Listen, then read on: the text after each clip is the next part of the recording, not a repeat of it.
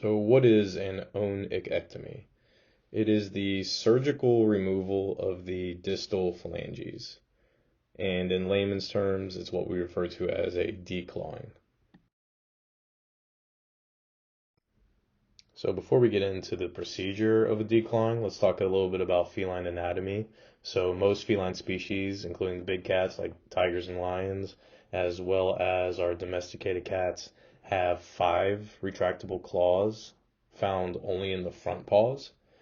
And they're actually attached to muscles and tendons. So when the cats decide to flex those and activate those, that's when the claws come out. But at when they're relaxed, the claws will go back and rest into the sheath of skin. Some theories as to why the claws are retractable. One, they think maybe it's for stealth. So if they're walking on a hard surface, the claws aren't clicking on that, giving them away. Another thing is the claws, for most cats is their first, weapon and first line of defense. So they want to make sure they stay sharp. So if they're always out, that means they can consistently be worn down. So let's talk a little bit about the history of declawing. It was first presented in a 1952 Veterinary Medical Academic Journal by a veterinarian in Chicago.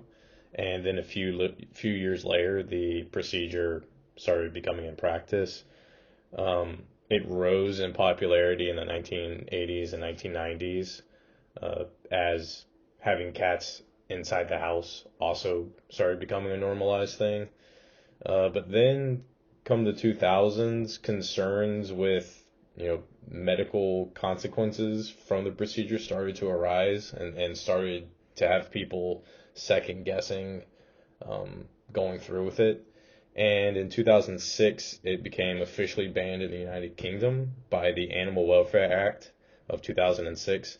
And that legislative kind of set precedents for other countries. And a lot more countries in the Western world, at least, started actually banning the procedure. So why do people declaw their cats?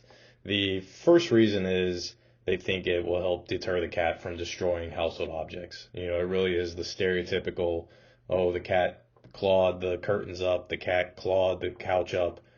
I know, let's take its claws away. Problem solved. The second reason was to help kind of eliminate the main weapon of an aggressive cat. Oh, the cat's been swiping at us, clawing at the kids.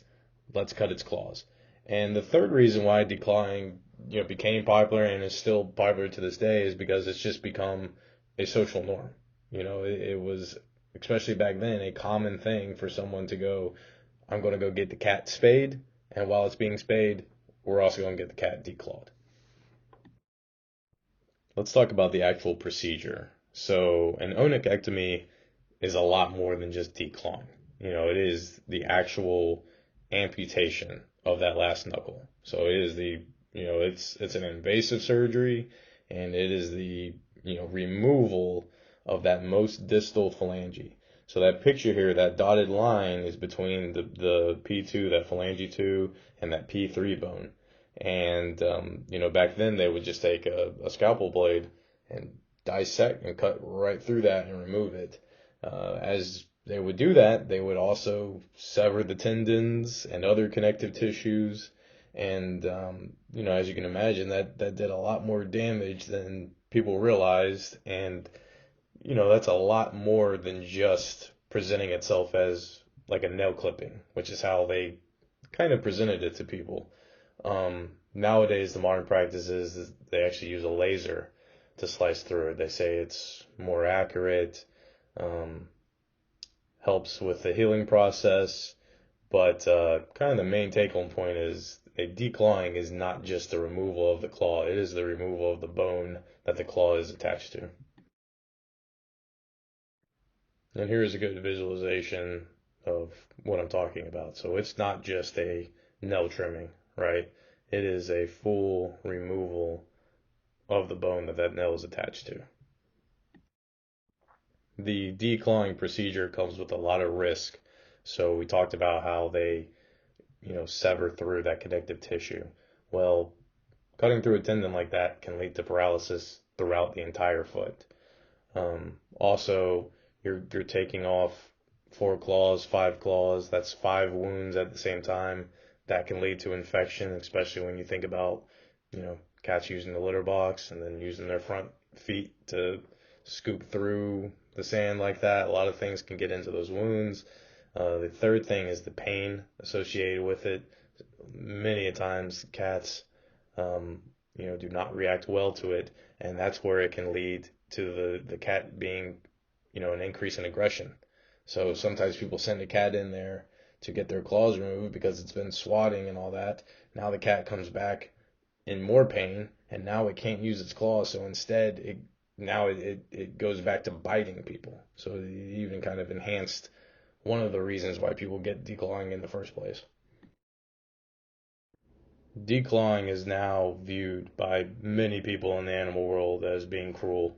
It's no longer looked at as simply being a nail trimming or being this, easy alternative to your cat clawing things up. It's really looked at this last ditched effort because many do view it as mutilation. And because of that, it's officially banned in 38 different countries. And here in America, it is officially banned in 2 states, those being New York and Maryland. But it's more of this case by case thing.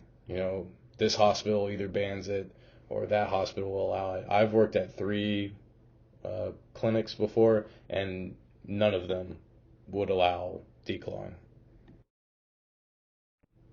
So, what are the alternate methods to declawing? Um, the first is just more stimulation. A bored cat is a destructive cat. Give more enrichment for the cat. And that can include increasing the variety of surfaces for it to scratch. So don't let it scratch the couch or the curtain or the walls. Give it different textures and shapes and sizes of things for it to scratch.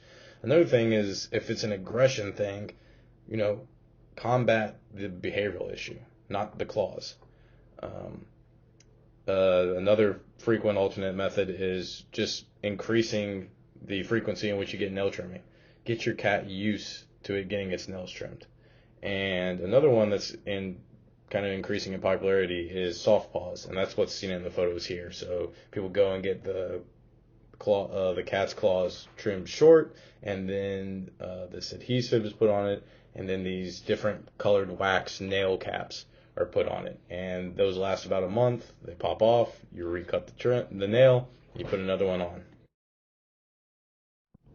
What is the future of declawing? I feel that the procedure as a whole will slowly but surely fade away, at least in America. I know more and more hospitals are not doing the procedure.